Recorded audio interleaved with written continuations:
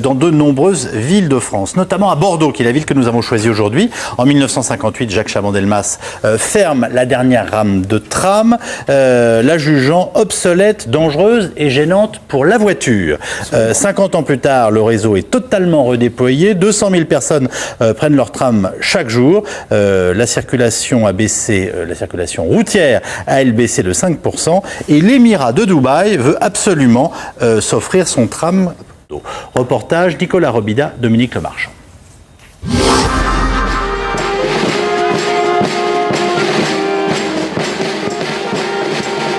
Jour de fête à Lormont. Ce jour-là, les habitants de cette petite ville du nord de l'agglomération bordelaise célèbrent l'arrivée du tramway. Le prolongement en fait d'une ligne existante qui met la commune à quelques dizaines de minutes du centre-ville. Merci. Madame, c'est important d'avoir un tramway qui vient Oui, très bien, oui, parce qu'après on ne va plus prendre la voiture, voilà. Au prix où est le gasoil, voilà, c'est important. Il fallait qu'il y ait ça, même le plus loin possible.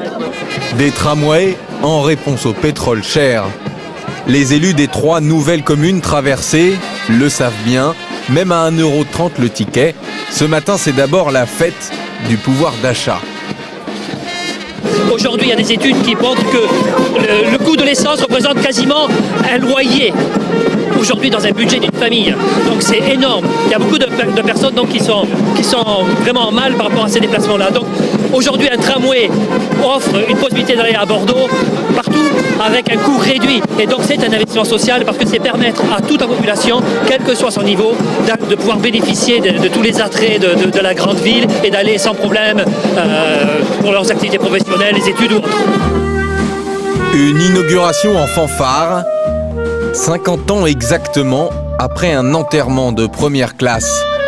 1958, cette fois l'orchestre joue pour le dernier voyage du dernier tramway bordelais. À l'époque, ces voitures héritées du 19e font figure d'antiquité, trop lentes, trop dangereuses et surtout trop encombrantes. Jacques Chaban-Delmas veut faire de la place à la nouvelle icône des années 60, l'automobile. Ironie du sort, un demi-siècle plus tard, la congestion des villes se conjugue à la crise pétrolière. L'avenir est de nouveau au tramway. C'est un mode de transport qui est extraordinairement efficace en termes de consommation d'énergie.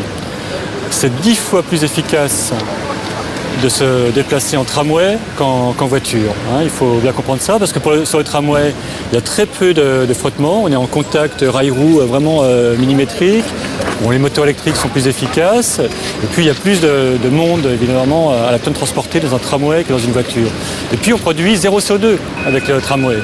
Efficacité énergétique remarquable, pas de gaz à effet de serre. Donc, c'est quelque chose qui est vraiment très intéressant pour les générations futures. Chaque jour, 200 000 personnes empruntent l'une des 3 lignes du réseau bordelais et la fréquentation reste en hausse. Depuis sa mise en service en 2003, la circulation automobile dans le centre-ville a diminué de 5%. À l'époque, les experts tablaient sur une hausse sensible de la qualité de l'air.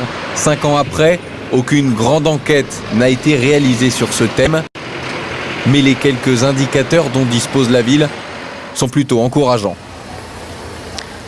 Donc là, nous sommes à la place Gambetta où l'on peut voir un capteur de mesure de pollution de la qualité de l'air. En 2007, une étude a été menée au niveau de la qualité de l'air sur Bordeaux et on a pu constater une amélioration de la qualité de l'air par rapport donc, à cette station de mesure qui a été prise comme référence de 64% sur les oxydes d'azote, enfin sur le dioxyde d'azote en particulier, et une diminution des teneurs moyennes de 20% sur les particules fines. Dernier motif de satisfaction pour la ville, l'alimentation électrique par le sol développée par Alstom sur une partie du parcours. Après des débuts chaotiques, le système séduit désormais l'étranger. Il a été retenu pour le futur tramway de Dubaï.